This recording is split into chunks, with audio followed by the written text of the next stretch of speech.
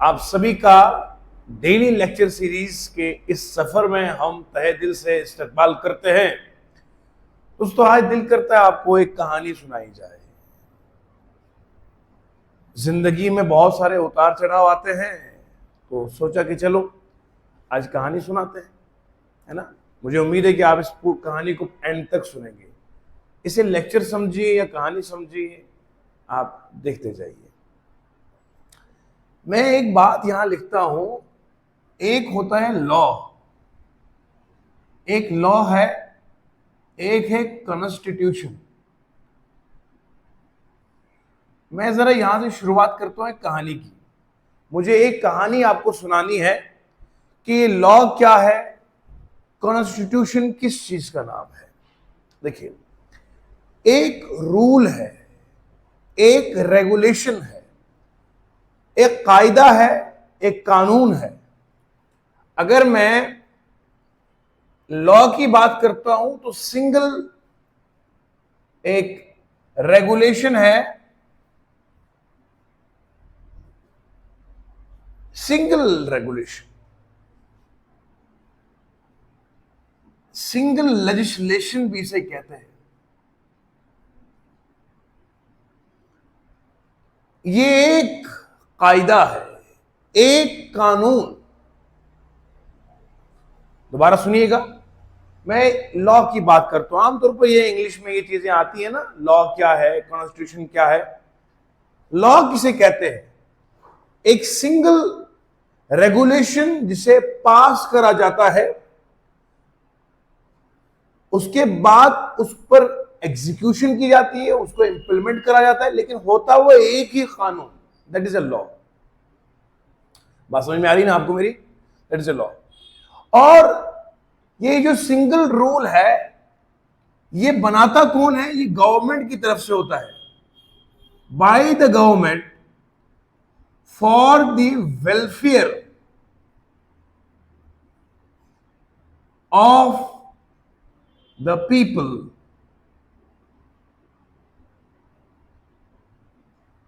आप एक इलाका ले लीजिए, ये एक इलाका मानिए, आप कंट्री मानिए इसको, आप कोई रीजन है, एक कंट्री मान लो या रीजन मान लो।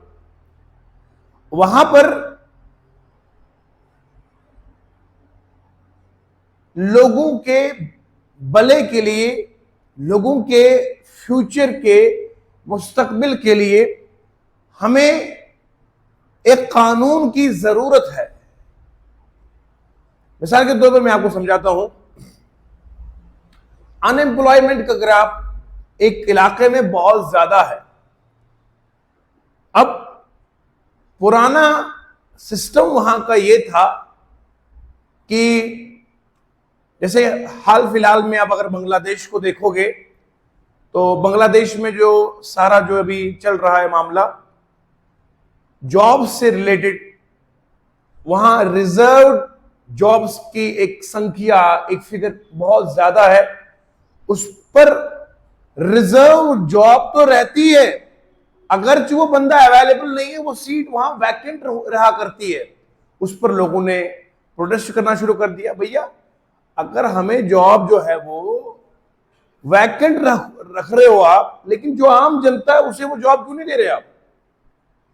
तो इसलिए for the welfare of the state people, जो वहां के लोग हैं उनके वेलफेयर के लिए, अगर वहां की गवर्नमेंट एक ऐसी रेगुलेशन को पास करेगी, जो पुराना लॉ था, जो पुराना कानून था, उसे प्रीसिडेंट कहते हैं। यानी कि जब ये लॉ को फ्रेम करा जाता है तो इससे पहले प्रीसिडेंट को देखा जाता है। प्रीसिडेंट का मतलब होता है earlier law, earlier laws. Earlier laws को पहले फोकस में रखा जाता है। वो जो प्रीसिडेंट होता है उसे ध्यान में रखकर जब गवर्नमेंट जो है वो उस पुराने लॉज को देखती है, देखने के बाद अब वो नया एक डिसीजन करती है कि अब बच्चों के, अब फ्यूचर में यूथ के लिए जॉब्स के हवाले से मुझे क्या क्या नया स्टेप उठाना चाहिए। सो अगर ये रेगुलेशन पास होती है, अगर ये कायदा, ये कानून पास होता है जिसमें लोगों की भलाई हो और हो ये सिंगल एंटिटी, इस तरह की रेगुलेशन जिसमें लोगों का भला हो, सोसाइटी का वेलफेयर हो, और इसे जुडिशरी के द्वारा जो है बनाया जाता है, फिर उसे इंप्लीमेंट करा जाता है, then this single regulation is called as a law. इस सिंगल रेगुलेशन को लॉ कहा जाता है। ये तो था आपका एक लॉ की डेफिनेशन क्या है, उसको मैंने आपको समझाया है। बढ़ते हैं आगे, देखते हैं कि ये इंग्लिश का दूसरा लफ्ज जो है ये क्या है। मेरे प्यारे दोस्तों, कहानी मैं आपको सुना रहा था। कहानी को आगे बढ़ाते हुए मैं बात कर रहा था एक इलाके की। मैंने कहा एक इलाका है, उस इलाके में लोगों को बेरोजगारी बहुत ज्यादा है, क्योंकि वहां के पुराने कानून, जिसे हम प्रीसीडेंट कहते हैं, अर्लियर लॉज कहते हैं, उन पुराने कानून को देखकर आज की वहां जनता बांग्लादेश की सरापा एहतिजाज है कि भैया आप सीट को खाली तो रखते हो, उनके जो रिजर्व्ड है, अगर उनका बंदा ना भी मिले तब भी सीट रखते हो खाली, जॉब नहीं देते हो। अरे हम जो आम जनता है, अगर वो बंदा वहां नहीं है, हमें तो जॉब पे लगा दो। अब अगर वहां की सरकार एक ऐसा रेगुलेशन, एक ऐसा कानून बना लाएगी जिसमें लोगों का भला हो। पहले कानून नहीं होता है, पहले ये डॉक्यूमेंट के फॉर्म में एक रेगुलेशन होती है। जब ये डॉक्यूमेंटेड फॉर्म के एक रेगुलेशन को इंप्लीमेंट करा जाता है, और इंप्लीमेंटेशन के बाद इसमें लोगों की भलाई होनी चाहिए, और भलाई पहले हो नजर में, इंप्लीमेंट के बाद तो होना लाजमी है। तो ऐसी रेगुलेशन जिसमें लोगों का वेलफेयर हो और बनाया इसको जाता है गवर्नमेंट के थ्रू, इस एक रेगुलेशन को लॉ कहा जाता है। लेकिन बात यहां कॉन्स्टिट्यूशन की क्या है? ये कॉन्स्टिट्यूशन क्या है? आमतौर पर आप लोग इसको संविधान कहते हैं, लेकिन है क्या ये? इंग्लिश की अगर डेफिनेशन देखी जाए तो ये क्या चीज है? यहां आपने एक लॉ देखा, लेकिन कॉन्स्टिट्यूशन जो है ये, अगर हम देखेंगे, ये सेट ऑफ लॉज है, ये सेट ऑफ लॉज है, सेट ऑफ रेगुलेशंस है। यहां पर एक कानून, यहां पर कानूनों का एक पूरा एक सेट है, यह कानून है, यह कवानीन है। तो ये जो कॉन्स्टिट्यूशन है, it is set of laws और रेगुलेशंस। यहां पर एक चीज को नहीं, बल्कि पूरी सरकार को इस पर गवर्न किया जाता है, which governs the functioning of a government, of the government. किसी भी रीजन की सरकार को गवर्न करने के लिए एक कानून नहीं, बल्कि कवानीन की जरूरत पड़ती है। जैसे मान लो मैं आपको समझाता हूं, मोटर व्हीकल एक्ट अलग है ना। दूसरा आप देखिए डिपार्टमेंट्स का, आम शहरियों के लॉज अलग है। इस तरह अगर आप देखोगे प्रैक्टिकल बेसिस में, एक कानून से पूरा देश नहीं चलता है, बल्कि वहां पर कवानीन की जरूरत पड़ती है, सेट ऑफ लॉज की जरूरत पड़ती है। तो वो जो सेट ऑफ लॉज है, जिससे पूरी की पूरी कंट्री निर्भर करती है, डिपेंड करती है, उसके पूरे निजाम, उसकी पूरी फंक्शनैलिटी है, वो जो सेट ऑफ लॉज है, उस पूरे ग्रुप एमलगम को कहते हैं कि ये कॉन्स्टिट्यूशन है, ये डिफिनेशन है। ये दो फर्क मैंने आपको कहानी में बताए कि देखो दोस्तों, लॉ एक सिंगल रेगुलेशन है, लेकिन कॉन्स्टिट्यूशन एक सिंगल रेगुलेशन का नाम नहीं है, ग्रुप ऑफ रेगुलेशंस का नाम है, जिससे पूरी एक कौम, पूरे एक नेशन को गवर्न किया जाता है। पूरा एक गवर्नमेंट हो या पूरा नेशन हो, इसके मुताबिक ही चलाया जाता है। ये आपने दो चीजें समझी कि लॉ क्या है और कॉन्स्टिट्यूशन क्या है। बात करते हैं इसके अलावा, यहां पर एक लफ्ज आया, वो है गवर्नमेंट का। ये क्या चीज है? देखो, मैं आपको पढ़ा नहीं रहा हूं, मैं कहानी सुना रहा हूं कि मुझे लोगों को बताना है कि मेरे जिंदगी में कौन कौन चीजें जरूरत पड़ती है। देखो, ये वो चीजें जो रोजमर्रा जिंदगी पढ़नी चाहिए, चाहे कोई कॉम्पिटिटिव का पढ़ता हो या ना पढ़ता हो, ये तो उसको पता होना चाहिए कि भैया लॉ किसे कहते हैं, कॉन्स्टिट्यूशन किसे कहते हैं, गवर्नमेंट क्या चीज है। जरा सुनते हैं गवर्नमेंट क्या है। हम आम तौर पर देसी जुबान में ये कहते हैं, गवर्नमेंट का मतलब होता है हुकूमत। सरकार बोलते हैं ना, बोलते सरकार है या हुकूमत बोलते हैं, लेकिन ये चीज क्या है? हुकूमत क्या है? किसे हुकूमत कहेंगे? कोलंबिया एनसाइक्लोपीडिया एक किताब है जिसमें डिफिनेशंस दी जाती है। कोलंबिया एनसाइक्लोपीडिया का मैं रेफरेंस दे रहा हूं। एनसाइक्लोपीडिया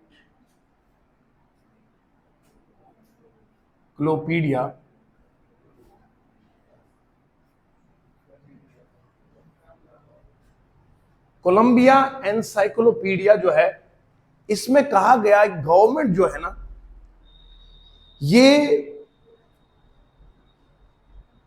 वो सिस्टम है जिसमें सोशल कंट्रोल होता है, जो लॉज बनाती है, लॉज को एनफोर्स करती है, और ये सारा कुछ निजाम पर्टिकुलर ग्रुप ऑफ सोसाइटी के हाथ में होता है।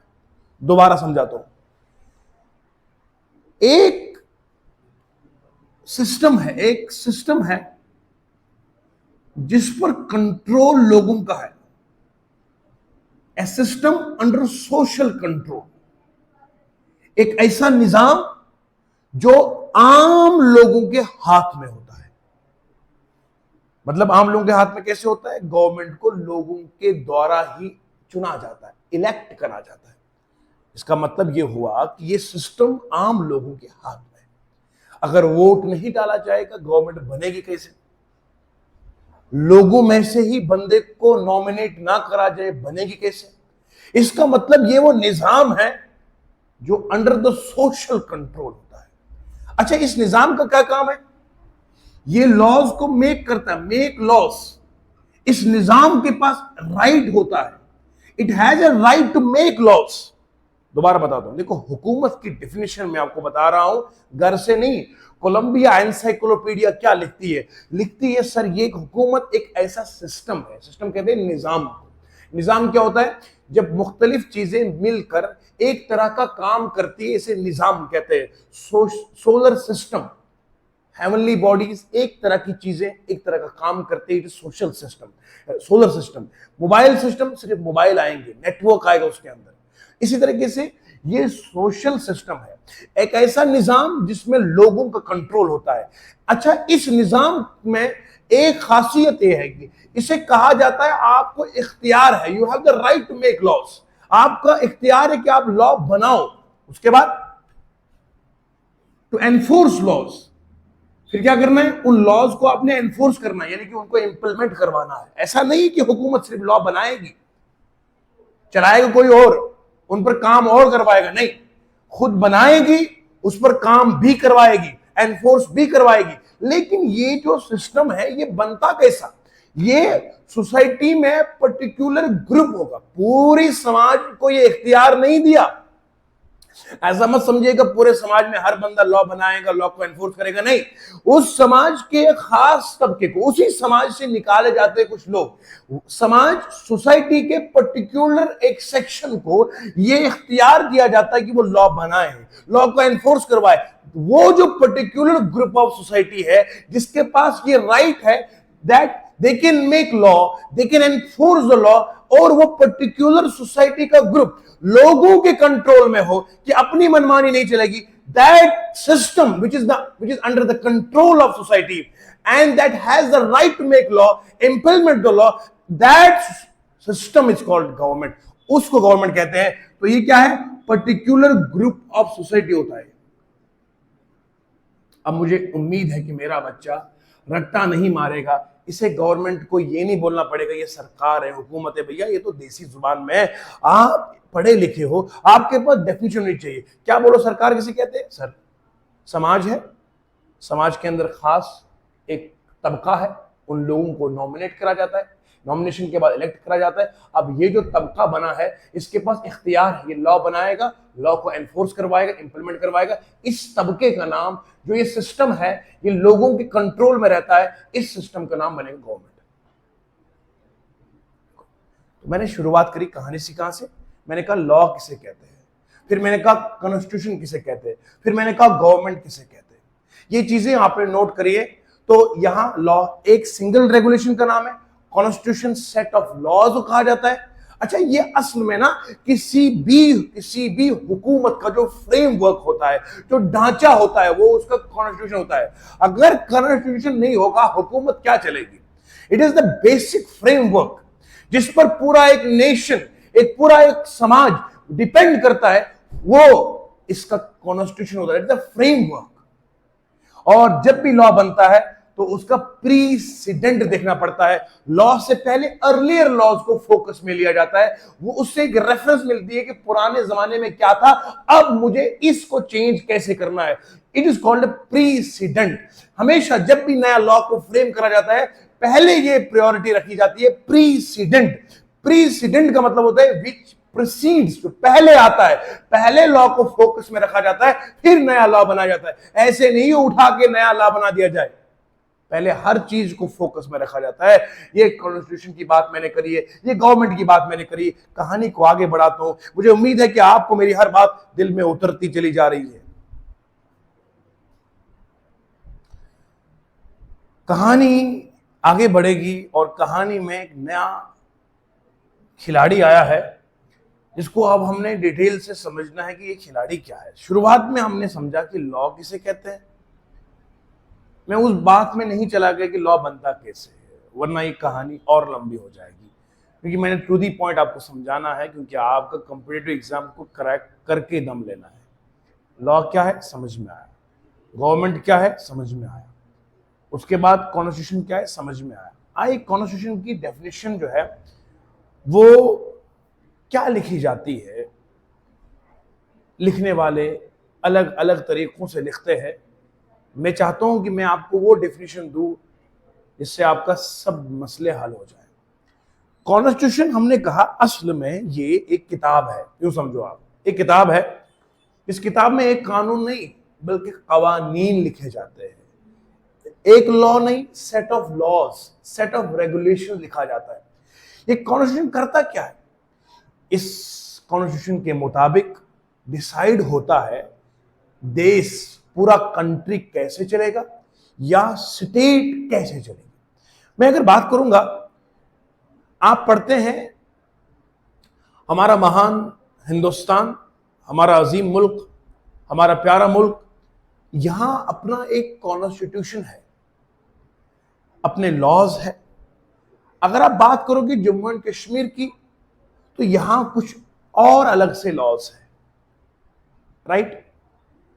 तो कहने का मतलब यह है कि चाहे स्टेट की बात करी जाए, यहां चाहे नेशन, पूरी कंट्री की बात करी जाए, ये निजाम पूरी कंट्री का या स्टेट का जिसके मुताबिक चलाया जाता है, जिसके मुताबिक गवर्न किया जाता है, हुकूमत का वो तबका, वो जो लोग हैं, जो पर्टिकुलर ग्रुप ऑफ सोसाइटी है, जो लॉ बनाती है, लॉ को इंप्लीमेंट करवाती है, वो जो लॉ इंप्लीमेंट करवाती है वो ढूंढती कहां से, वो निकालती कहां से, जहां से वो निकालकर लॉ को इंप्लीमेंट करवाती है, उस किताब का नाम कॉन्स्टिट्यूशन है।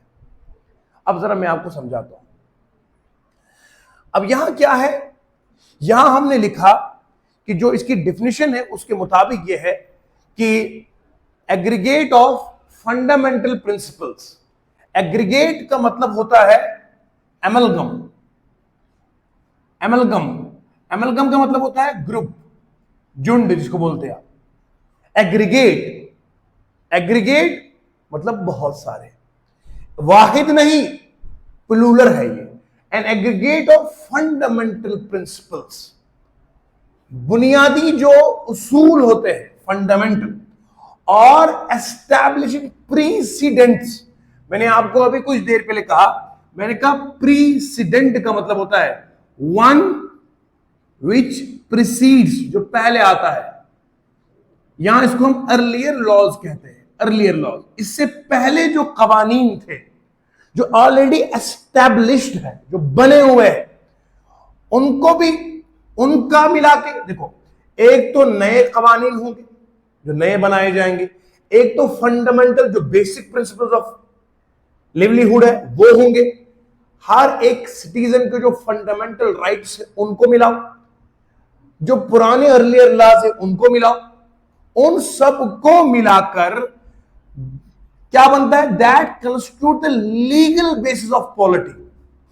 एक देश का जो लीगल फ्रेमवर्क है, जो इसका बुनियादी लीगल ढांचा है, उस ढांचे को बनाने के लिए किस किस ने मदद की? एक बेसिक आपके लॉज है, एक आपके अर्लियर लॉज है, इन दोनों ने मिलाकर एक देश का एक लीगल फ्रेमवर्क बनाया, या किसी ऑर्गेनाइजेशन का। कॉन्स्टिट्यूशन जरूरी नहीं है कि वो सिर्फ एक कंट्री के लिए हो, बल्कि एक के पास एक ऑर्गेनाइजेशन है, आप कहते हो सर हमारे ऑर्गेनाइजेशन का ये कॉन्स्टिट्यूशन है, यानी कि ये हमारे रूल्स एंड रेगुलेशंस है। हर एक स्कूल देखो आप अपने एक पॉलिसीज को फ्रेमवर्क करता है, भैया हमारे स्कूल में ये होगा, इंस्टीट्यूट की पॉलिसीज ये है, उसके मुताबिक इंस्टीट्यूट चलाया जाएगा। अंग्रेजी की डिवीजन देखना कि सिर्फ कॉन्स्टिट्यूशन से ये ना समझा जाए कि ये सिर्फ एक कंट्री के लिए है, स्टेट के लिए नहीं, एक ऑर्गेनाइजेशन के लिए भी है। मतलब क्या है, ओवरऑल क्यों समझा जाएगा? वो जो एक लॉज का एक ग्रुप होता है, वो एक उसका एग्रीगेट होता है जिसके मुताबिक चीजों को चलाया जाता है, चाहे वो ऑर्गेनाइजेशन हो, चाहे वो कोई शय हो, जिससे क्या आमतौर पर लिया जाता है, विच determines how the government is govern, किस तरीके से गवर्नमेंट को रन करना है, चलाना है, इसका नाम है कॉन्स्टिट्यूशन। मैं यकीन से कह सकता हूं कि मैं जो पढ़ाता हूं इंशाल्लाह वो दिल में जरूर उतरता है, क्योंकि मैं बच्चा बनकर पढ़ाता हूं। एक होता है जो आप एज ए टीचर पढ़ाए, मैं टीचर तो हूं नहीं, हम तो आप ही की तरह है, सीखने सिखाने वाले लोग हैं, तो इसीलिए हम जो है हम आपको वो चीज पढ़ाते हैं जो आपके दिल में उतरती चली जाएगी बात। अब जरा सोचो और समझने की बात करेंगे। मैंने कहा ये जो कॉन्स्टिट्यूशन है ये करता क्या है? What does it do? It decides how a country और अ स्टेट इज रन। ये डिसाइड करता है कि निजाम कैसा है, एक कंट्री का और एक स्टेट का निजाम कैसा चलाया जाता है। अच्छा, अभी तक हमने समझा लॉ किसे कहते हैं, हमने समझा कि गवर्नमेंट किसे कहते हैं, हमने समझा कॉन्स्टिट्यूशन किसे कहते हैं। ये तीन बड़ी बड़ी डिफिनेशंस को हमने एक लम्हे में बेहतरीन अंदाज से और बिल्कुल बेसिक डिफिनेशन के साथ समझ लिया है। आइए अब समझते हैं, ये वाला टर्म बड़ी इंपॉर्टेंट है। प्रीसीडेंट किसे मतलब है? वन विच प्रीसीड्स, जो पहले आता है, अर्लियर लॉज है। यकीन मानिए जितने भी ऑनरेबल कोर्ट्स होते हैं, वो ऑनरेबल कोर्ट सबसे पहले इस प्रेसिडेंट को देखकर लॉ का फ्रेमवर्क करते हैं, क्योंकि जुडिशरी जो है गवर्नमेंट के कुछ ऑर्गन्स होते हैं, आप जानते हैं, एक आपका लेजिस्लेचर होता है, एक आपका एग्जीक्यूटिव विंग होती है, एक आपका जुडिशरी विंग होती है। जुडिशरी जो है वो लॉ को फ्रेम करती है, वो जो फ्रेम करती है ना लॉ, वो फ्रेम कैसे करती है? वो पहले इस प्रेसिडेंट को देखती है, पुराना लॉ क्या होगा, फिर नया बनाया जाए। इस चीज को नजर में रखना है। बढ़ते हैं आगे, सफर को आगे ले जाते हैं और सीखते हैं मजीद कौन कौन से हमारे पास ऐसी मोतियां हैं जो आप तक नहीं मिली अब तक। मेरे प्यारे दोस्तों, कहानी को आगे बढ़ाते हुए हम चलते हैं अपने सफर की ओर।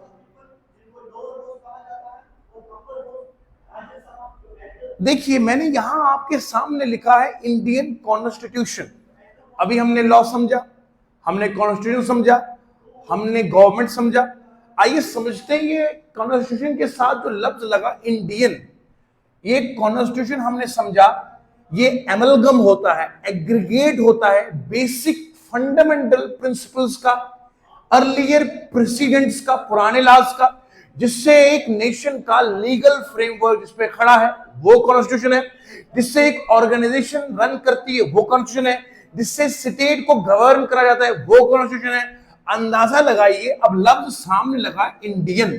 कॉन्स्टिट्यूशन तो हर कंट्री का हो सकता है, हर एक स्टेट का होगा, लेकिन यहां बात हम अपने महान हिंदुस्तान की कर रहे हैं, यहां बात हम इंडियन की कर रहे हैं। ये जो लफ्ज इंडियन है असल में ग्रामेटिकली ये प्रॉपर प्रोनाउन है, ये प्रॉपर प्रोनाउन है इंडियन लफ्ज। अब ये कॉन्स्टिट्यूशन कहां का हो गया? इंडिया का। तो मैं कहूंगा इंडिया का कॉन्स्टिट्यूशन, ठीक है जी। असल में हमारी कंट्री का जो ऑफिशियल नाम है वो है द रिपब्लिक ऑफ इंडिया। याद रखेंगे आप लोग, the Republic of India is the official name of our country.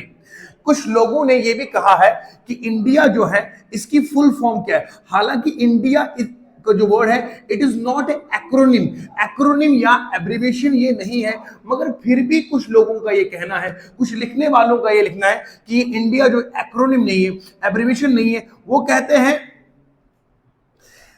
Independent nation. Independent nation declared in August में 1947 में इसे इंडिपेंडेंट नेशन घोषित किया गया था, कहा गया था। तो कुछ लोगों का यह कहना है कि इंडिया की फुल फॉर्म यह है, इंडिपेंडेंट नेशन डिक्लेयर्ड इन अगस्त। हालांकि ये एब्रिविएशन नहीं है। हमारा इंडिया को जो लफ्ज है India, it is not an abbreviation और एक्रोनिम, ये नहीं है, ये नहीं है। तो आप अंदाजा लगाइए, जब ये एब्रिविएशन नहीं है तो मैं क्या कह रहा हूं कि इंडिया जो हमारा ऑफिशियल नाम जो कंट्री का है वो क्या है, the Republic of India. The Republic of India इसका ये नाम है। तो यहां हम बात कर रहे हैं कॉन्स्टिट्यूशन, मगर किसकी? अपने इंडिया की। तो आइए इसको समझते हैं और समझने का प्रयास करते हैं। इंडिया का जो कॉन्स्टिट्यूशन है, जो हमारा संविधान है, जो हमारा आईन है, उर्दू में आईन कहते हैं, ये दुनिया में सबसे लेंथीएस्ट कॉन्स्टिट्यूशन है। एक बात सबसे इंपॉर्टेंट याद रखेंगे, it is the world's lengthiest है। सबसे लंबा कॉन्स्टिट्यूशन अगर किसी कंट्री का है वो हमारा है। सबसे lengthiest constitution in the world जो है वो हमारा ही है। माशाअल्लाह। तो यहां तक आपने नोट करा है, आगे बढ़ते हैं। मेरे प्यारे दोस्तों, कहानी आगे चलती जाएगी, कहानी को बढ़ाता हूं मैं आगे। अभी तक डिस्कस किया इंडियन कॉन्स्टिट्यूशन क्या है। मैंने कहा इंडियन कॉन्स्टिट्यूशन पूरी दुनिया में सबसे लेंथीएस्ट रिटन कॉन्स्टिट्यूशन, लिखित में सबसे लंबा कॉन्स्टिट्यूशन वो हमारे ही हिंदुस्तान का है। अब जरा देखते हैं और समझते हैं कि ये क्या चीज है। इंडियन कॉन्स्टिट्यूशन जो है, इसका जो आज का जो इसका शक्ल है, जो इसकी प्रेजेंट फॉर्म है, उसके रूट्स हमें कहां मिलते हैं? जो हमारे पास आज का संविधान है, जो हमारे पास आज का आईन है, वो उसके जो रूट्स है वो कहां से मिलते हैं? यकीन मानिए, लिखने वाले लिखते हैं, हिस्टोरियन लिखते हैं, it is actually the series of political reforms. ये आज का जो प्रेजेंट हमारे पास कॉन्स्टिट्यूशन है, ये एकदम से हमारे पास नहीं आया है, बल्कि इसके पीछे पॉलिटिकल रिफॉर्म्स की एक सीरीज है। कभी ये एक्ट बदला, कभी ये एक्ट आया, फिर ये एक्ट आया। तो सीरीज ऑफ पॉलिटिकल रिफॉर्म्स से आज हमारा जो कॉन्स्टिट्यूशन है वो हमारे सामने आया है। तो जरा देखते हैं इसका बेसिक रूट कहां से आता है। दिखाया जाता है इसका इनिशिएशन कहां हुआ, शुरुआत कब हुई। शुरुआत हुई है कॉलोनियल फेज से, 1773 से 1946 तक। ये 1773 से 1946 तक इसे कहते हैं कॉलोनियल फेज। अगर आप में से कुछ बच्चे पूछेंगे सर ये कॉलोनियल फेज क्या है, what is the colonial phase? भैया, जिस दौर में ब्रिटिश गवर्नमेंट ने हमारे हिंदुस्तान को एज ए कंट्री नहीं, एज ए कॉलोनी और अपनी जागीर समझ के रखा था, ऑक्यूपेशन किया था, जिस दौर में ब्रिटिश गवर्नमेंट ने हमारे इंडिया को अपना एक कॉलोनी समझ के कब्जे में लिया था, वो जो पीरियड है that is called the colonial phase. जिस दौर पर अंग्रेजों ने, उन्होंने यहां पर अपना ढांचा बनाना शुरू कर दिया, और जब से हम उनके ऑक्यूपेशन में आ गए हैं, that is called the colonial phase. कुछ लिखने वालों का यह कहना है ये 1858 से 1947 तक रखा है, लेकिन जिसमें सबसे ज्यादा ऑथेंटिकेशन है वो ये है कि कॉलोनियल फेज जो है वो 1773 से 1946 तक था। याद रखिएगा, तभी से हमारे जो आज का प्रेजेंट कॉन्स्टिट्यूशन है, इसकी शुरुआत उसी कॉलोनियल फेज से हुई है। सीरीज ऑफ पॉलिटिकल चेंजेस होने के साथ साथ आज हमें नया संविधान मिला है जो हमारा एक्चुअल आज के फॉर्म में है। क्या हुआ, ये जो साथ साथ में पॉलिटिकल रिफॉर्म्स हुए, इसमें क्या हुआ, it transform the monarchial states. ये जो मोनोआर्की है, what is the meaning of monarchy? ये मोनोआर्की किसे कहते हैं? मोनोआर्की कहते हैं हम बादशाहत को, बादशाहत को कहते हैं। मोनोआर्की जो है ये बादशाहत है, यानी कि the rule, the state is governed bye a king और ए क्वीन। अगर एक किंग या क्वीन जो है वो पूरे एक स्टेट के निजाम को तने तनहा चलाता है, चलाती है, तो उसे कहा जाता है इट इज मोनोआर्की। ये बादशाहत है।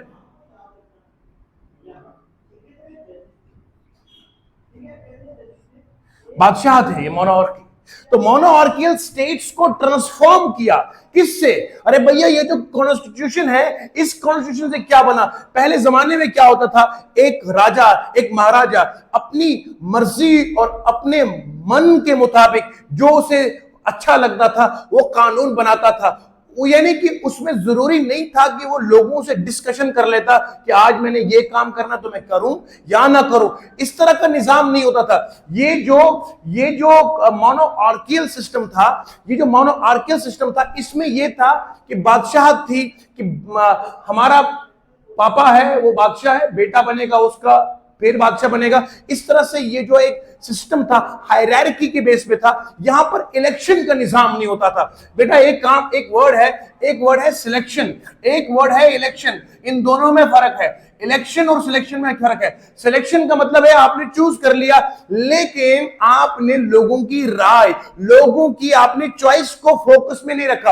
आप दुकान में चले गए, आपको कोई चीज पसंद आ गई, आपने ले ली। It is your selection, it is not election. Election का मतलब है आपने 2 लोगों से पूछा क्या ये मैं लूं या ये लूं, फिर इनकी उस बातों का एहतराम किया। हाँ, अगर ये कहता है मैं इसको भी फोकस में ले लूंगा, ये कहता है इसको फोकस में लूंगा। जहां आप लोगों की राय लेकर किसी एक बंदे को आप जिसको नॉमिनेट किया है उसे जिता देते हो, उसे वोट देते हो, वोटिंग के थ्रू जिस बंदे को आप मंजिल पर ले जाते हो, it is called as election. This person is elected, it is not selection.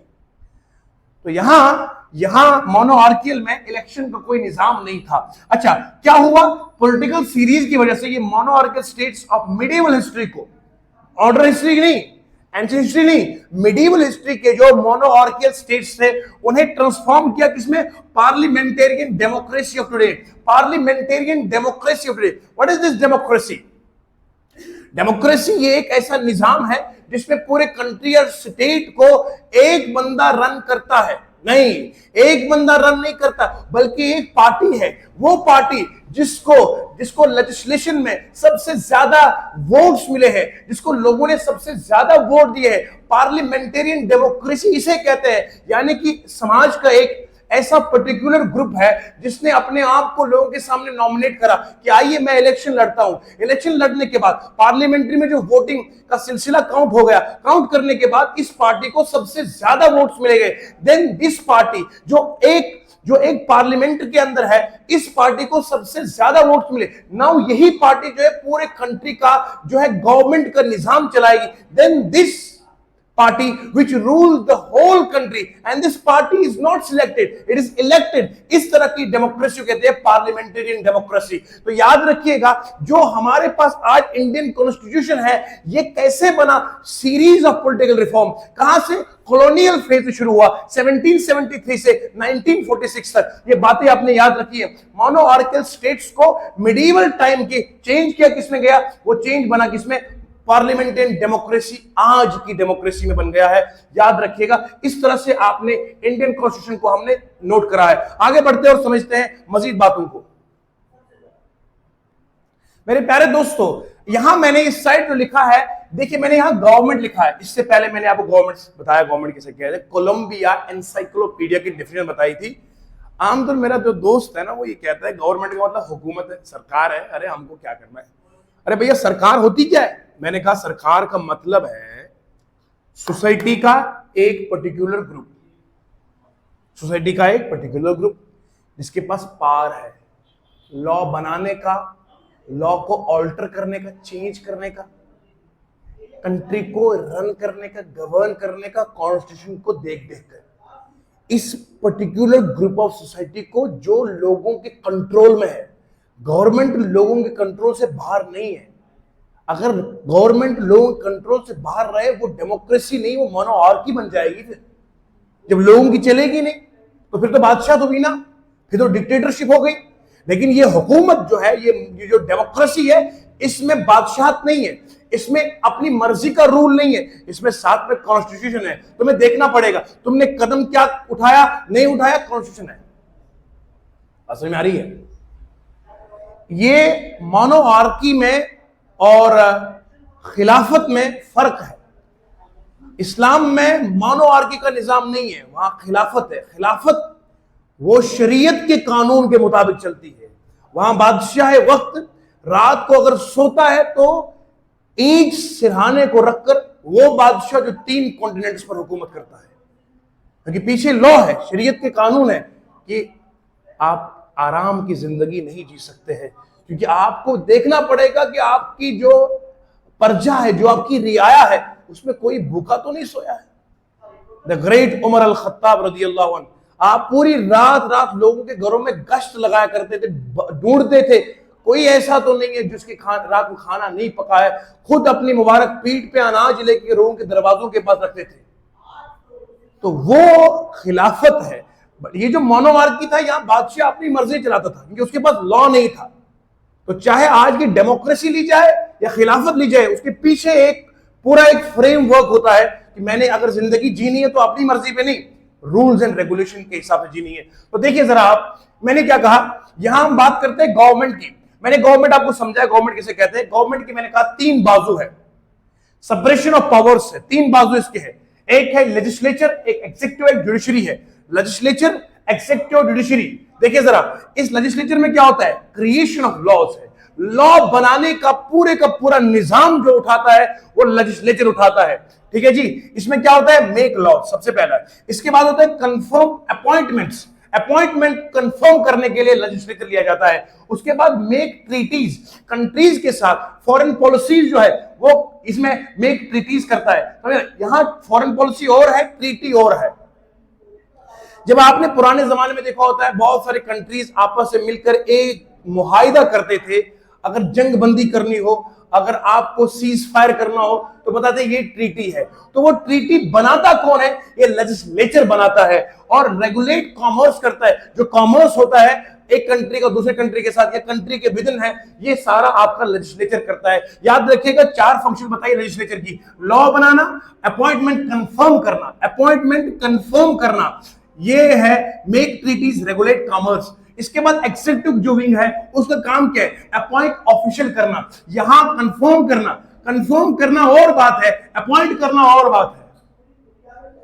Executive appoint करेगा, कंफर्म कौन करेगा, लेजिस्लेचर करेगा। उसके बाद नेगोशिएट ट्रीटीज करेगा, ये ट्रीटीज बनाता है, वो उस नेगोशिएशन करने में काम करता है। बनाना और है, सुलह करवाना और है। मैंने कोई चीज, अब्बू ने बताया कि बेटा ये चीज है, ये चीज आपने पड़ोसी को बतानी है, उन्होंने बताया, पर मैं पड़ोसी के पास गया ना, नेगोशिएट मैं करने गया। अब्बू ने बताया, दैट इज लेजिस्लेचर, मैं गया, मैं बन गया एग्जीक्यूटिव, मैं नेगोशिएट करने लगा। उसके बाद मेक फॉरेन पॉलिसी, पॉलिसी ये बनाता है एग्जीक्यूटिव। उसके बाद जुडिशरी, ये सिस्टम ऑफ कोर्ट्स होता है, ये पूरा कंट्री का जितने भी ऑनरेबल कोर्ट्स होते हैं वो जुडिशरी के पास है। इंटरप्रेट लॉज, ये लॉज को इंटरप्रेट करता है, लॉ कौन सा, क्या है, कैसा। इसके बाद इंटरप्रेट कॉन्स्टिट्यूशन, उस पर भी इसकी नजर रहती है।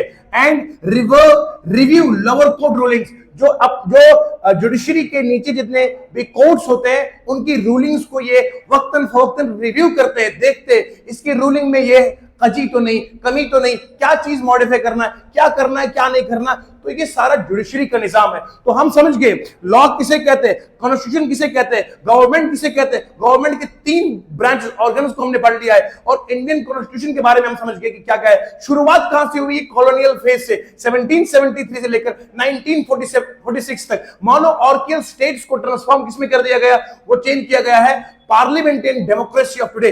डेमोक्रेसी किसे कहते हैं समझ गए, इलेक्शन क्या होता है समझ गए, सिलेक्शन क्या होता है समझ गए। अच्छा जी, कॉलोनियल फेज मतलब जिस दौर में हमारे इंडिया को ब्रिटिश ने अपना कॉलोनी मान के रखा था, जागीर समझ के रखा था, और उसको कॉलोनियल फेज कहते हैं। मैंने कहा कुछ किताबें लिखती है 1858 से 1947 तक, पर जिस पर ज्यादा ऑथेंटिकेशन है वो 1773 से 1946 तक। एग्जाम में अगर आया कॉलोनियल फेज क्या है, this one is the appropriate answer.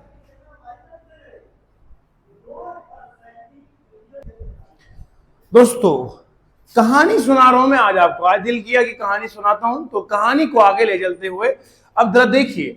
सबसे पहला जो मैंने आपको अभी तक इंडियन कॉन्स्टिट्यूशन पढ़ाया, मैंने उसमें आपसे ये कहा कि पॉलिटिकल रिफॉर्म्स की जो सीरीज रही है, जहां पर 1773 से 1946 तक जो हमारा मोनोआर्कियल स्टेट से वो ट्रांसफॉर्म हो गई किसमें, पार्लियामेंटेरियन डेमोक्रेसी जो आज की है। और कॉलोनियल फेज आपने नोट किया कब से कब तक है। अब सुनिएगा ध्यान से जरा, ईस्ट इंडिया कंपनी जो है, जहां से अंग्रेजों ने, गोरों ने हमारे ऊपर कब्जा करना शुरू किया, सबसे पहला निजाम जो लाया इन्होंने ईस्ट इंडिया कंपनी के थ्रू ही यहां पर जो है वो अपना कदम जमाया।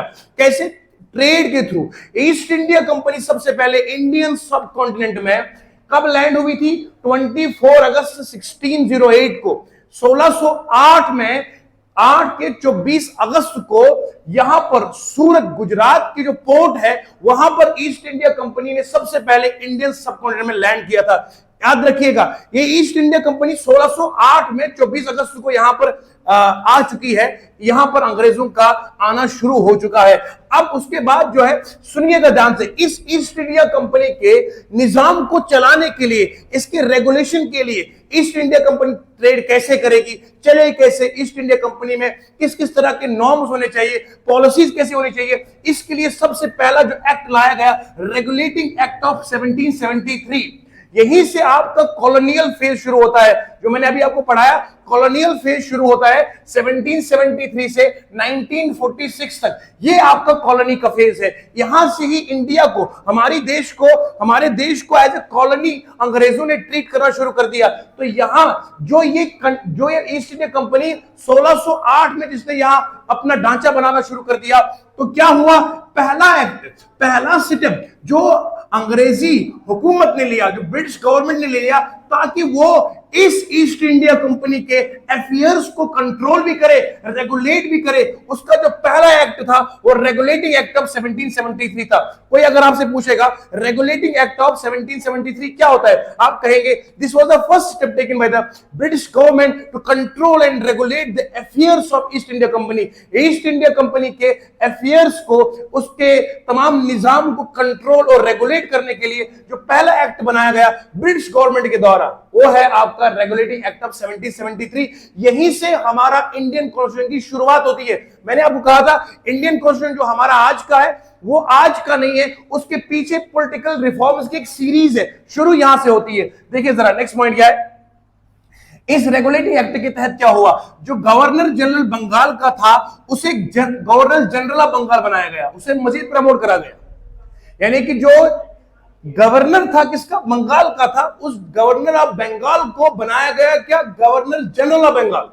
और साथ साथ में क्या किया, एग्जीक्यूटिव काउंसिल 4 मेंबर्स के ग्रुप को बनाया गया, ताकि जो ये गवर्नर जनरल ऑफ बंगाल है इसको असिस्टेंस, मदद दी जाए, इसके कामकाज में हेल्प की जाए। तो बताइए जरा, यहां पर जो रेगुलेटिंग एक्ट ऑफ 1773 है, पहला पॉइंट, मेरी ये जो आपको कहानी सुना रहा हूं ना, हम तो पढ़ा नहीं रहे ना, कहानी सुना रहे आपको, ये जो कहानी है इसको याद रखना है, दिल में उतरती जा रही ना। हाँ, तो देखिएगा पहला एक्ट क्या बताया, कैसे ईस्ट इंडिया कंपनी को चलाना है, रेगुलेट कैसे करना। दूसरा बताया कि आप एक काम करना यार, जो हमारा बंगाल का गवर्नर है उसे गवर्नर जनरल बना दो, और एक एग्जीक्यूटिव काउंसिल के 4 मेंबर को लाया गया।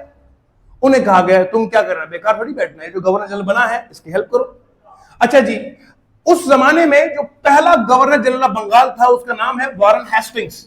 वॉरेन हेस्टिंग, ये भी गोरा, अंग्रेज का बच्चा, तो ये वॉरेन हेस्टिंग जो है ये क्या बन गया, ये बन गया पहला गवर्नर जनरल ऑफ बंगाल।